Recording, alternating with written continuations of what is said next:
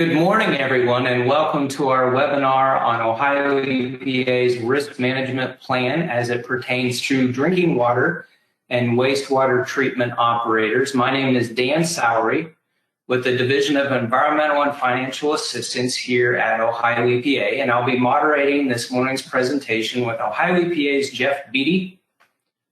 We also have Ohio EPA's Sherry Swihart behind the scenes helping to address your technical questions. I'm going to turn it over to Jeff Beatty. All right. My name's Jeff Beatty. I'm with the Division of Air Pollution Control, and welcome to the webinar on Risk Management Plan, also known as the Accident Release Prevention Program. One thing of note, I just want to let everybody know that I am not a professional presenter, but nonetheless, I am a program presenter. So please bear with me as we move through these slides. But Risk Management Plan Program, just to give yourself a little bit of brief history, this program got started way back in the mid-'80s, or at least it started moving in this direction back in 1984. We're over in Bhopal, India, at a pesticide manufacturing plant. They had a release of methyl isocyanate gas, of which obviously this slide indicates that there were obviously numerous deaths, disabilities. And if you look at the picture here, this particular pesticide manufacturing plant was also built within the inside of a residential area. So it was just basically a hazard that was probably storming, and it was the perfect storm. And again, that sort of just caused the United States to put some programs in place to deal with such incidents. If you look at that particular incident, they did what they call a root cause analysis. They went to try to figure out what happened at that facility. And as you can see, this is somewhat of a list of what led up to that release of that methyl isocyanate gas. They documented inferior safety controls. They had shortage of experienced workers. Refrigeration to that MIC tank was shut off to save money. Corroded pipes. The chemical was being stored beyond recommended levels, so on and so forth.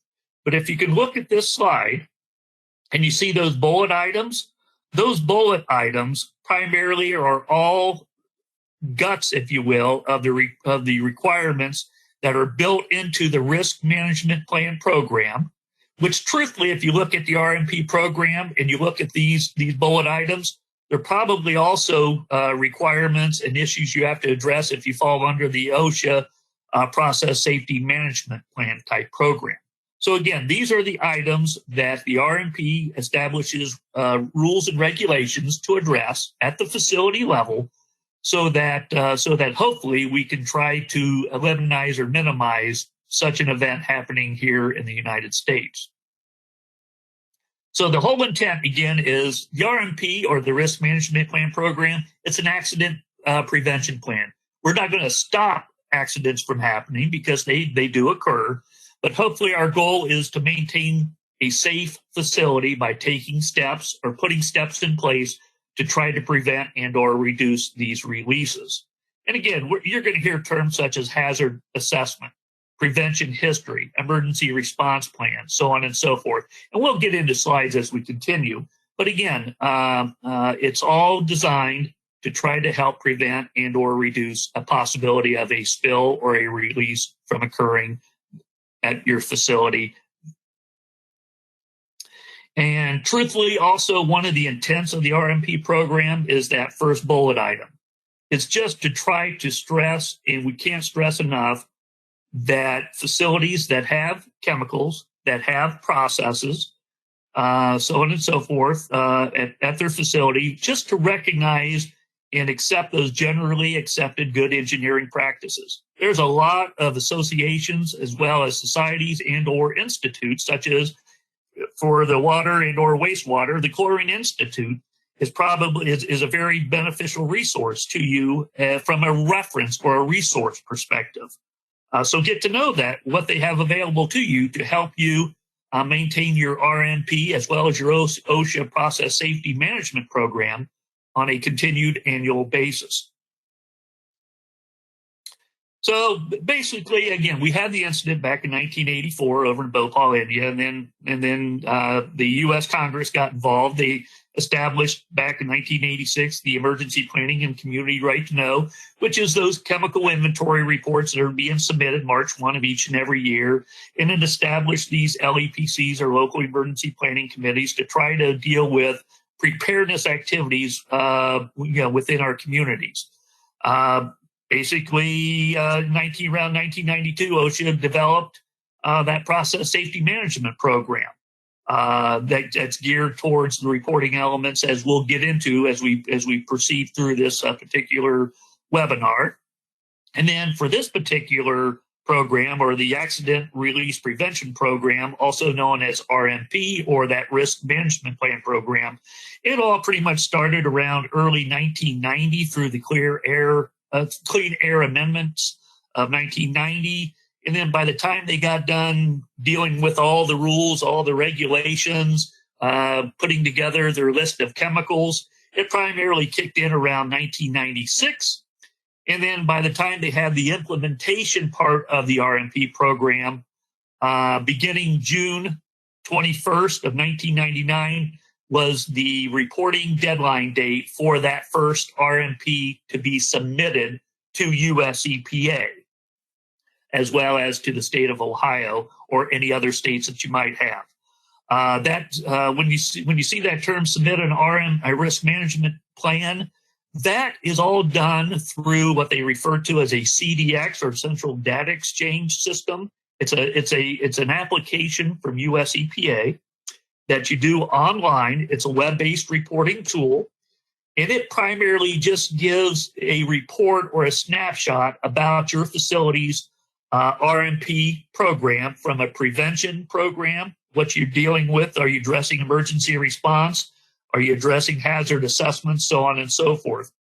It's not a detailed, it doesn't get into the detailed nuts and bolts of your RMP program, because again, it's just going to give a snapshot of your facility, what you're dealing with, what your chemical, what you're doing, so on and so forth, so that when our inspectors in Ohio, such as Sherry Swihart or Don Travato, come out to your facility to do a RMP audit or an RMP inspection, they'll have a snapshot of what to expect when they're dealing with your facility.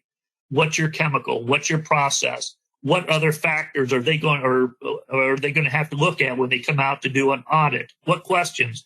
What documentation are they going to look at? Because that's what they do when they come out to do a visit, an audit, or an inspection. They're going to look at your facility's RMP from a documentation perspective, make sure things are being addressed, they're being updated on an annual basis, they're being organized, so on and so forth.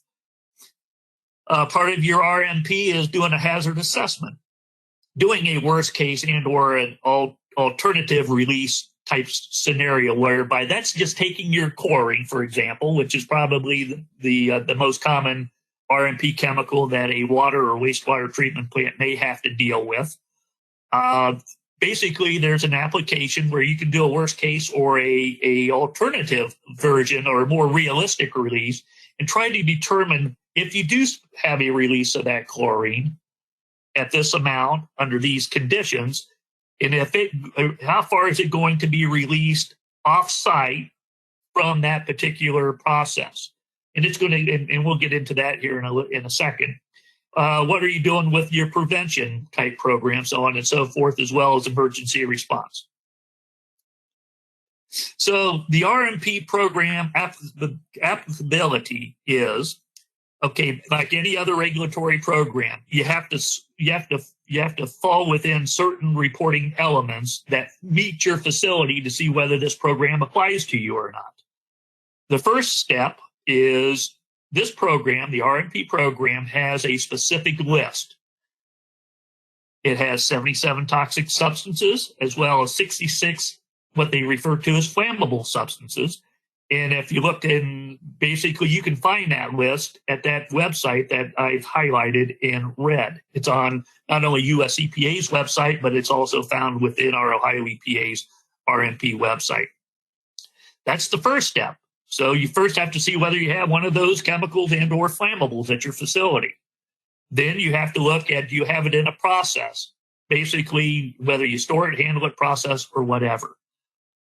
If you look at the definition of a process, it pretty much says if you have that chemical, one of those 77 toxic substances and or flammable substances, and you have it at your facility, chances are it's going to meet that definition of a process. You have it at your facility. And then the last reporting element is, do you have over a certain threshold for that specific toxic chemical or that particular flammable? And for toxics, again, there's 77 of them. They have a threshold quantity ranging anywhere from 500 to 20,000 pounds, depending on that specific toxic substance. For flammables, it's all those 66 flammable substances have been given a 10,000 pound quantity. So now let's take a poll.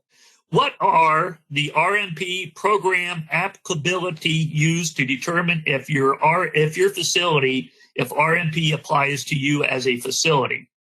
Does the RMP specify a list of toxic and flammable substances? Process that includes a toxic and or flammable substance. It exceeds that threshold for the toxic and or flammable substances, or all of the above. Okay, that looks like about all. So I'm going to close the poll and share the results. All right. Well, it looks like I'm sorry. It looks like 96%. And the answer is all of the above. So it looks like I might be a professional presenter. Good job. Now, as it pertains to water and wastewater treatment plants, again, potential RMP chemicals or chlorine, that's probably the one that's being reported in Ohio that Sherry and or Don are dealing with from the water and wastewater treatment plants that are reporting under RMP. And that has that threshold quantity of 2,500 pounds or more. So if you have over 2,500 pounds as a water and or wastewater treatment plant, this program would apply to you. If you fall below that 2,500 pound quantity, you don't have to worry about it for chlorine. You can, you do not have to deal with RMP. Some may be dealing with sulfur dioxide. That threshold is 5,000 pounds. Because remember that previous slide for the toxic chemicals, it can be anywhere from 500 to 20,000 pounds, depending on the particular chemical at hand. About 10% of our RMP reporting facilities in Ohio, we have about 400 plus or minus RMP reporting facilities in the state of Ohio, and about 10% or roughly about 40 are being reported by our public and or private water treatment plants and or wastewater treatment plants. But again, chlorine is the big one that's being reported. Now, so you're going to have to, since we're at a 2,500 pound quantity for chlorine, if your facility, say, if you only have 1 ton cylinder of chlorine, RMP is not going to apply to you because 1 ton is 2,000 pounds, and that threshold is 2,500 for chlorine. Some companies or some water or wastewater treatment plants, basically, you may have written procedures to maintain your chlorine storage to stay below that 2,500 pound threshold, so you don't have to report under RMP, which is perfectly fine. Some companies, some water and wastewater treatment plants have switched to using sodium hypochlorite as a replacement for chlorine, and or using UV to disinfect the wastewater part of it. So again, there's nothing wrong with that. If you're keeping it below 2,500 pounds for chlorine, or you're switching to sodium hypochlorite, I guess maybe that's somewhat of a benefit, because basically you're eliminating the risk. You're eliminating that higher risk chlorine gas for something that might be a little less hazardous for the facility under this program. Now, if this program does apply to you, again, like I said, we have roughly 400 plus or minus reporting facilities in Ohio. If it does apply to you, you are going to be placed in either a Program 1, Program 2, or Program 3. Program 1 is where if you do that worst case type scenario and you have an endpoint for a release, and it really doesn't impact any of the public and or environmental receptors, then you're going to be placed in program 1, which basically you have just basically 3 little elements you have to deal with. Not much, but you have to do something. Program 3 is pretty much where if you do have that, you do that scenario and you do have a release, and public and or environmental receptors are going to be potentially impacted by that release of chlorine due to how far that is going to migrate off of your property boundaries, and it may affect the nearby public and or environmental receptor. You're going to be in program 3. Most, if not all, of our water and wastewater treatment plants are going to fall under program 3, which means there's a lot of different elements as part of your RMP program. But also keep in mind, all those elements, those are the same elements that are found within your OSHA process safety management type program. So if you're in compliance with OSHA, most likely you are going to be in compliance with the RMP program in Ohio. And then the program 2 is just sort of a catch-all. If you're not in program 1, you're not in program 3, then the program tosses you into program 2. Now, I just want to make mention of a general duty clause, because I know we have 40 plus or minus water and wastewater treatment plants reporting in Ohio. But what about any of the water and wastewater treatment plants that may be on this webinar that may use chlorine, but maybe fall below that 2,500 pound quantity? Well, there's something out there called a general duty clause. And what is the general duty clause? Is if you look, it sort of makes the owners and or operators of facilities that have regulated and or extremely hazardous substances responsible for ensuring that their chemicals are being managed safely. Yeah, so in other words, you may have that chlorine at your facility, and RMP or some other regulation may not apply to you, but under this general duty clause, you still, as a facility, have a responsibility to ensure that those chemicals are being managed safely. How do you meet these under the general duty clause? Again, a lot of RMP is just documentation. So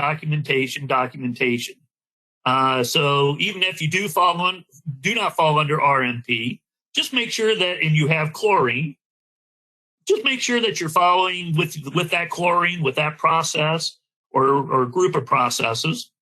Just make sure you're following relevant industrial codes, practices, and standards.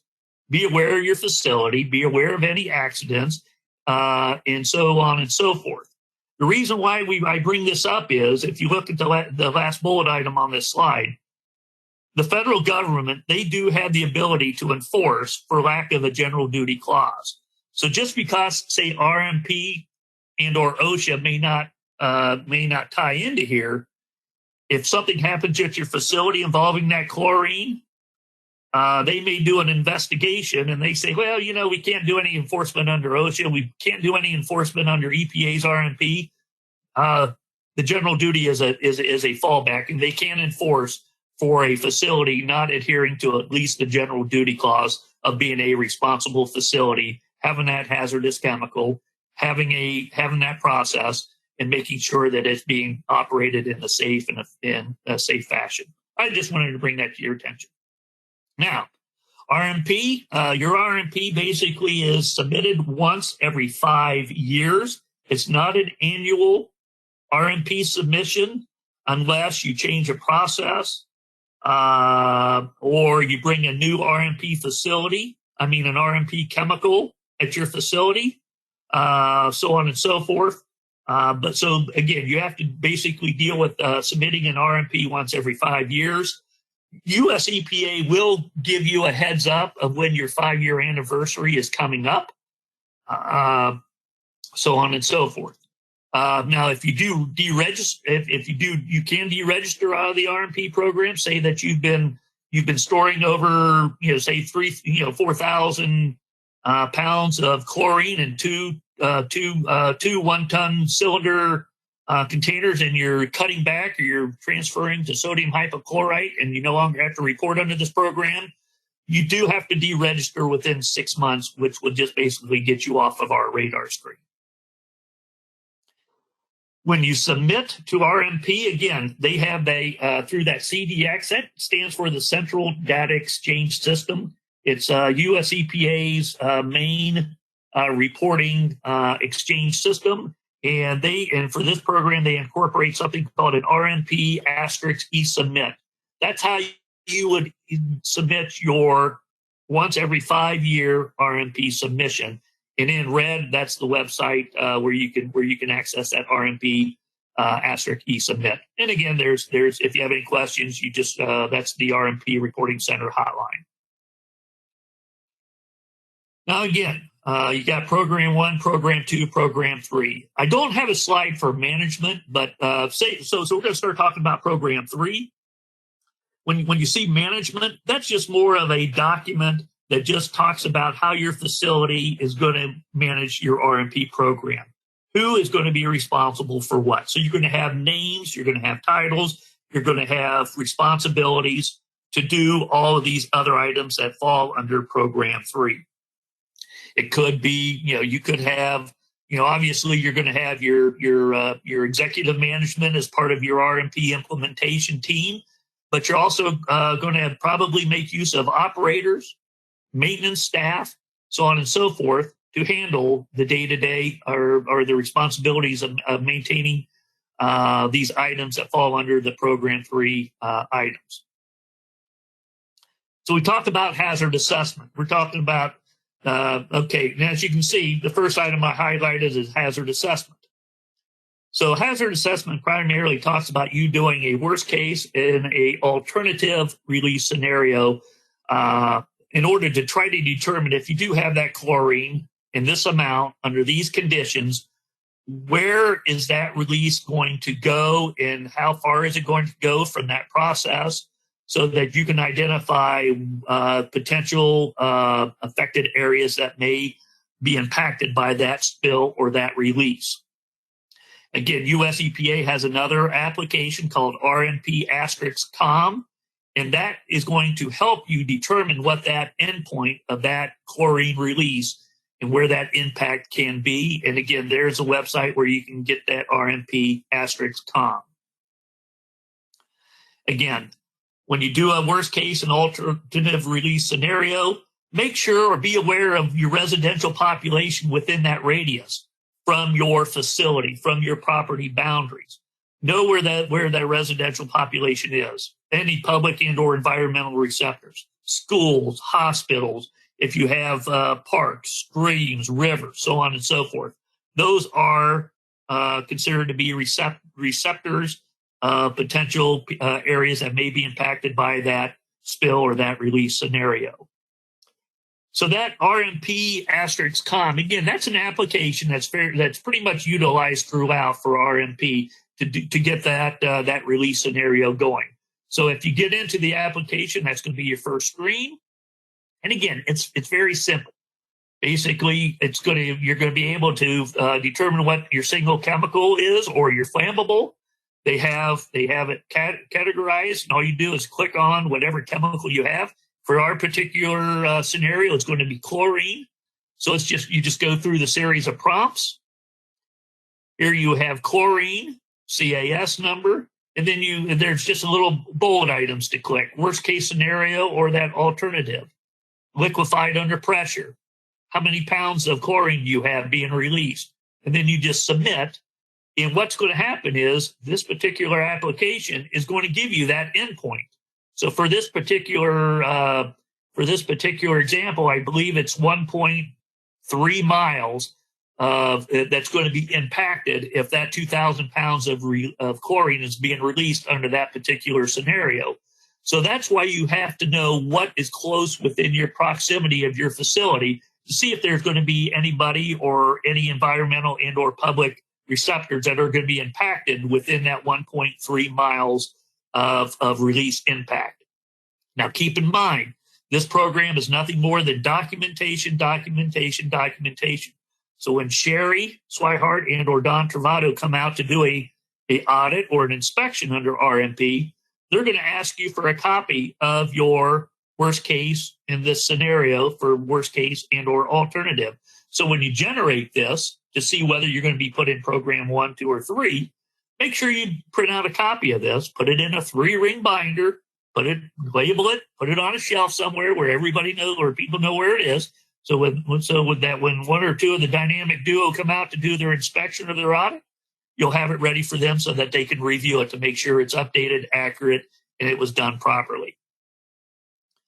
Also, part of the hazard assessment is just maintain documentation. Again, it could be in a 3-ring binder. It could be stored on a computer in a file somewhere where it's easily accessible. But just make sure, again, you maintain that RMP, that spill scenario and release scenario information. Again, there are different types of methods to determine what that distance to the endpoint is. The RMP *COM is the most common one, just because the US EPA and the RMP program, we promote that because it's simple, it's easy. But you can use other tools to try to determine what your distance to the endpoint is, whatever you're comfortable with. Then we have process safety information, which is the second item that you have to be concerned about if you're in program 3, which most, if not all, of our water and wastewater treatment plants are that qualify for the RMP program. But this is the process safety information is really nothing more than, again, keeping information, documentation, 3-ring binder or on your computer in a folder somewhere, but have a current safety data sheet of that chlorine or that chemical, that RMP chemical you have. Have a copy of the technology of that chlorine process, backflow diagrams. What's the process chemistry behind it? Operating parameters, so on and so forth. Identify the equipment in the process, piping and instrument diagrams, relief system design, ventilation system, safety systems, so on and so forth. What are the safe and the safe upper and lower limits for your equipment, from temperature, pressure, flow rates, so on and so forth? What are the design codes and standards? Again, when Sherry and or Don come out, or they're starting to lay down the foundation to come out to do a RMP audit and an RMP inspection, they're going to ask for this information, because that's going to be a prior to coming out, because that's going to give them a better idea of what to specifically ask for and to look for more documentation in regards to your facility, so that they are not wasting their time. They're not wasting your time. They can get to your facility. They can get to the nuts and bolts of what they're looking for, what more detailed information they want. So again, so that they can get in and get out without disrupting your day-to-day flow. The next item is process hazard review. Process hazard review. What is that? Well, that's an organized effort to identify and analyze the significance of potential hazards associated with that process. And under the process hazard analysis, or referred to the PHA, it's required every 5 years that you primarily do a process hazard analysis, and or more often if you have a major change to that process. And again, include your operators, include your maintenance group, because those are the guys and the gals that are probably going to be more familiar with that process than somebody sitting up in the administrative office dealing with other items at your facility. So get your operators and maintenance crew involved in this process hazard analysis. There are a lot of checklists that are available, whether it's on our website, US EPA's website, that you can use to deal with that process hazard analysis. There are what-if analysis, fault tree analysis, to name a few. So again, there are a lot of tools and resources available to help you deal with items under this RMP program, so on and so forth. Operating procedures is the next major headline for Program 3. Operating procedures. Have operating procedures developed, documented, and these are written steps for each part of your operating phase. From if you're dealing with chlorine, you have an operating procedure for offloading your containers, to switching your containers, to process startup, shutdowns, so on and so forth. And make sure that these operating procedures are being annually certified. Make sure that your operators have availability to these operating procedures. And if you have any issues or you need any help dealing with these operating procedures, again, the Chlorine Institute, they offer a lot of material that can help your organization develop operating procedures for these various types of steps. So again, but when you talk about operating procedures, make sure they're documented, make sure they're in a 3-ring binder or in a software or a computer folder somewhere, because when Sherry and or Don are going to come out to do a site audit or a site visit, they're going to want to see those operating procedures. They're going to want to make sure that they're updated and they're accurate, and so on and so forth. So again, operating procedures, that's a big part of your prevention program. Documentation, documentation, documentation. Training is another key category. Under training, make sure you are training any new operators that are dealing with that particular chlorine process or other RMP process. And you have to make sure that you provide refresher training every 3 years on those operating procedures, or whenever there is a change in that operating procedure. And again, that last bullet item, maintain that documentation. Because when, again, I go back to when Don and or Sherry Swihart are going to come out and do an audit or an inspection, they're going to ask for those training records. Who are your new operators? When were they trained? On what dates? On what operating procedure were they trained on? Or they're going to ask for your training records for the last 3 years to make sure that the training indeed is taking effect under this particular program. Mechanical integrity, your next big bullet item. Mechanical integrity. This also is another written documented program that talks about that process and any inspections and or tests that are required to be done on that particular process, on that piping, on those connectors, on those chlorinators, on those vaporizers, so on and so forth. Again, the mechanical integrity that needs to be documented. What are the inspection dates? What were any deficiencies in those equipments? How were they documented? When is that deficiency going to be corrected with dates, so on and so forth? So that if there are dates that are being directed to fix that deficiency or needed to be corrected, at least we know from a documentation perspective that those deficiencies are going to be corrected in the future. And again, train your employees on mechanical integrity. Let them know what those inspections are, when those tests are done, what the deficiency are, so on and so forth. And again, written program. When Sherry and Don come out, they're going to ask to look at your mechanical integrity written program document. And again, Chlorine Institute is a good resource if you need any help dealing with mechanical integrity type documentation or program. The operations and maintenance manuals are a good source, because usually those will have replacement dates, recommended replacement dates, and or testing timelines for that particular equipment for that process, as well as your operators' experience. You may have a guy or a gal out there that's been working on that for 20, 25 plus years. I'm sure they're probably a very valuable resource in regards to that particular process, from the equipment to the chemical to so on and so forth. Management change and pre-startup review. Management of change. If you are planning to modify that particular process to some form or degree, have a procedure in place, a documented procedure in place. Because again, when we come out to do an audit or inspection, they're going to ask for that management of change document to see what your procedure that were lined up in order to manage that modification to that process. Whether it's switching gas from a gas to liquid feed, addition of a scrubber, or if you're replacing a chlorinator, so on and so forth. Have something documented in place on how that's going to happen, and also have a documented or established procedure to ensure that those modifications to that process are going to be done indeed safe, and make sure you train those appropriate employees that are going to be dealing or handling that new modification or that change to that process. Compliance audit and an incident investigation.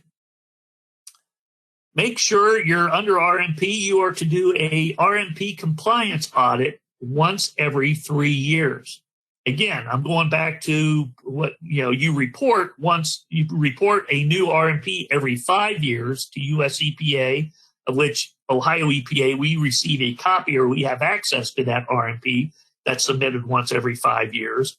But you are also required to do an RMP compliance every 3 years.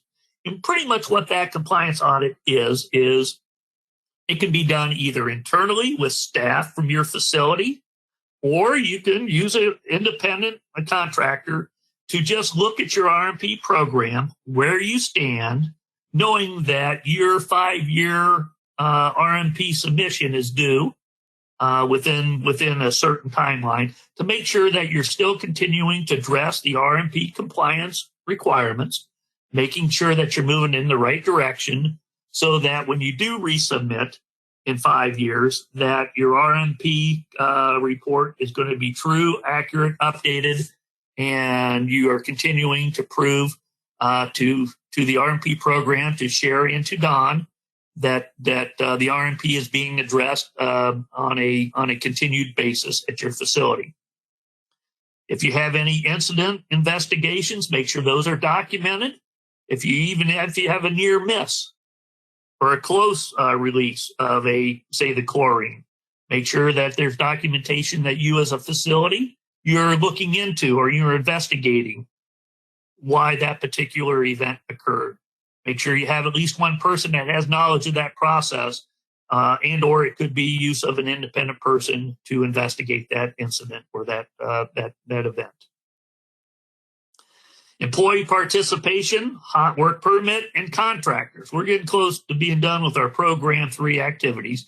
And again, with all of these, all it is, it's documentation, training.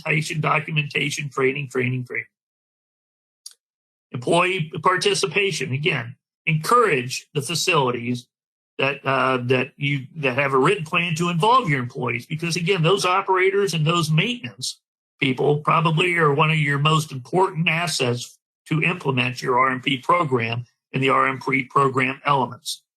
If you basically have a process, or you're having contractors coming in that are working within or in close proximity to that chlorine process in this case, make sure you're addressing the hot work permit type activities, and making sure that those contractors review their safety programs that they have in place. Make sure you provide them with copies of any safety data sheets or emergency action plans with them in case something does happen, since they are going to be working either on or around that particular RMP process. Make sure that they're aware of being around the chlorine and or the chlorine gas. Emergency response plan. Well, actually, let's take a quick poll question first. What are the most common violations discovered during an RMP audit? Is the PHA, or that process hazard analysis, not completed every 5 years? You have incomplete operating procedures. You're not documenting any maintenance tasks. Changes to the process are not being documented, or all of the above. All right, it looks like about everyone. So I am going to close the poll and share the results. Back to you, Mr. Beatty. Well, it looks like we're at all of the above 90%. So I'm starting to think the majority of you are going to be graduating in this webinar soon cum laude. Good job. All right. Now, the last part of your RMP program is the emergency response part of it. And this is something that US EPA is really starting to add to various programs, where they're basically incorporating emergency response coordination and communication between reporting facilities and their local emergency responders. So just here recently, under the RMP amendments, RMP rule amendment that goes back to like 2019 and so on and so forth. They're just addressing that coordination and communication with emergency responders. So if you're one of those 400 plus RMP reporting facilities that we have in Ohio, you're going to have to address the coordination with your local responders. Eventually, you may have to do some tabletop and field exercises dealing with that chlorine or that RMP chemical, and including your emergency responders, your fire departments. And if you do have a offsite release or a spill, you're going to hold a public meeting or make available a public meeting to talk about that RMP offsite release. Again, we're primarily at least talking initially about doing annual notification drills. So if you are an RMP reporting facility, you're going to have to document doing these notification drills, confirming who your emergency contact names and individuals are within your emergency response jurisdiction of who would respond to that chlorine release. Fire departments, local emergency planning committees, Ohio EPA, so on and so forth. So any entity that might respond to that chlorine release should be documented in your annual emergency response notification. So again, document who those individuals are with who they represent, what their telephone numbers are. Document when you did call them to confirm, because again, put it in a 3-ring binder, put it in a folder somewhere on your computer so that when Don and or Sherry come to do that audit or that report or that inspection, they're going to ask you about your emergency response program. Provide that, they're going to ask for, okay, you have an annual notification drill. Can we see the documentation where you confirmed who your updated emergency contacts are for your facility within your particular jurisdiction and county? You're going to have to do an annual coordination with LEPCs and fire departments. Now, we do not know, US EPA has not given us the definition of what a coordination is. But again, that's probably nothing more than, at this point in time, just inviting the LEPC and fire department to come out and do a walkthrough visit of your facility. Show them where the coordination process is, and just introduce them to your whole process. Or you could possibly, or you can go to them and talk to them and give them documentation over a cup of coffee, so on and so forth. But again, must be documented, because that's what Don and or Sherry are going to look at. And truthfully, probably, most likely, you're already doing it anyways. So, but in other words, make sure it's documented. Again, we have notification drills.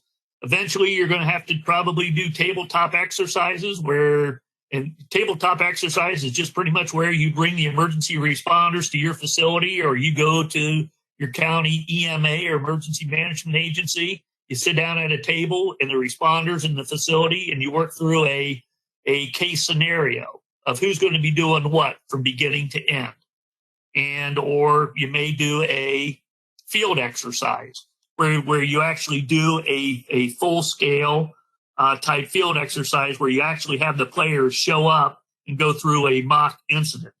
And eventually you're going to probably be doing that here in the in the upcoming years. I'll probably be retired by then, but usually these exercises are not going to kick in until like 2025, 2026.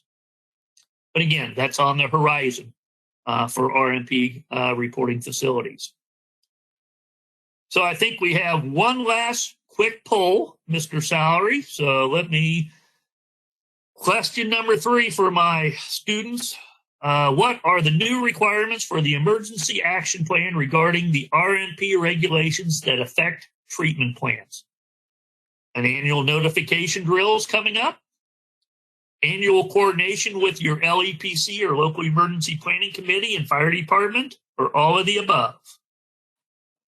All right, that looks like about it. So I'm going to close the poll and share the results back with you, Professor Beatty. Beautiful, beautiful, beautiful. Again, all of the above for all questions. So that means everybody is paying attention. Thank you. And I have a feeling most of you will get your CEU credits, if not all of you. So thank you for listening. Now, oh, yeah, we do have public meeting again. You may eventually have to do a public meeting with the public, or at least public notice, and make one available 60 days if you do have an offsite release or a spill. And that's coming up here basically in 2021 as we move forward. Let me just talk real quick about our RMP program. We received delegation in January of 2000. Primarily what that means is we have Sherry Swihart and Don that can go out and enforce and do audits as well as inspect for RMP. So we do about 100 inspections and our 100 audits and or inspections during the course of a calendar year. We are in charge of rule developments. We do these audits. We do have a filing fee system in place that basically handles the administrative cost of us having the RMP program. And we do guidance and training, and we can do enforcement. We try our best not to. We try our best to work with the facility on to get them into compliance, because that's really the goal, is to get them in compliance. But we do have that option. We try to do we try to get out to a facility every 5 years. Again, we try to do about 90 to 100 per year. And usually an audit will take 2 to 4 hours. That's why we'll give you notice that we're going to come out and do that audit. We're going to come out and do that inspection, so that it gives you time to get all your documentation in place, so that when they come out, they'll have it ready and waiting for them. So again, that they're not wasting your time and or their time, so that they can be most efficient when they come out to your facility. They will send you a checklist of what they're going to be looking for. And again, most likely after the audit, they'll come back, they'll review they'll document what they reviewed. You may get a notice of violation if some violations need to be corrected. But hopefully our goal is to issue you a letter of compliance that indicates that you guys and gals are doing wonderful with your RMP from one 5 year to another, keeping your documentation updated, so on and so forth. And again, our goal is to eventually give you a letter of compliance. These are some of the common violations. And again, it's just, if you look at them, it's just all active documents to indicate or to demonstrate that you are indeed addressing operating procedures, you're addressing process safety information, you're addressing your preventive maintenance, your mechanical integrity that we have already discussed. Making sure that you're implementing your contractor training program, so on and so forth. And again, if we do give you a notice of violation, we'll give you, 45 days or so to get it corrected, get it updated, and get that submitted back to Sherry and or Don, so that they can get you back in compliance for that particular violation. There's guidance everywhere. There's guidance at US EPA as well as at the Ohio EPA. Again, Chlorine Institute. Take advantage of them. Go to their site, see what they have available, so on and so forth. So with that, that's it for Jeff Beatty. All right. Thank you, Jeff. We're now going to begin answering questions submitted during today's presentation. As a reminder, you can still submit questions through the questions pane. Again, that's the question mark icon on your interface. So we'll do our best to answer as many questions as possible. If we do not answer your question during this Q&A portion, we will reach out to you via email following today's webinar. So Jeff and Sherry, if you're ready, we have a few minutes here. We'll begin with the first question. And Sherry, I think these questions are probably better for you, being that you're from, a lot of these are more like site-specific and more pertaining to from an inspector standpoint. So Sherry, here's the first question. How long does a treatment plant have to deregister from the program after removing a regulated substance?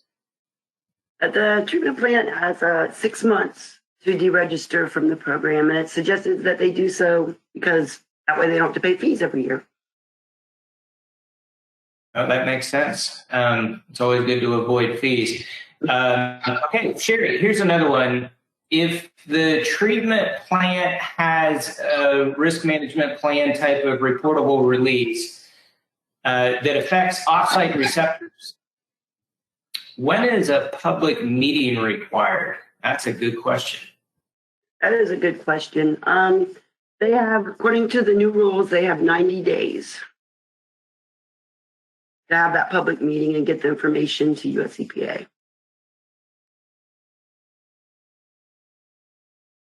And I just saw a question that came in and it says, what do you have against pineapples? And really, Sherry, that's not for you. That's clearly for me. I don't know. I like pineapples. I just don't think they belong on a pizza. Okay, so Sherry, back to you. What are some other methods that may be used to calculate the distance to the endpoint? And I remember Jeff talking about this. So what are some other methods, I guess is really what the question is, of how to calculate that distance to the endpoint?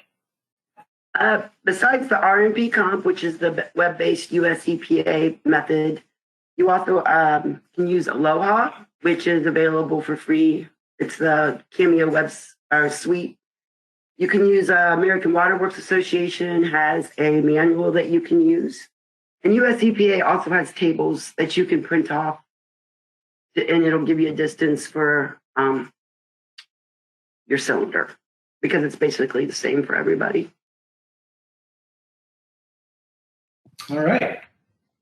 Here's another question, and maybe this is going to be the last question as we still need to wrap up, and I want to make sure to be respectful of everyone's time and wrap up right at 11. So this last question is, and again, if we don't answer your question, we'll follow up with you afterwards.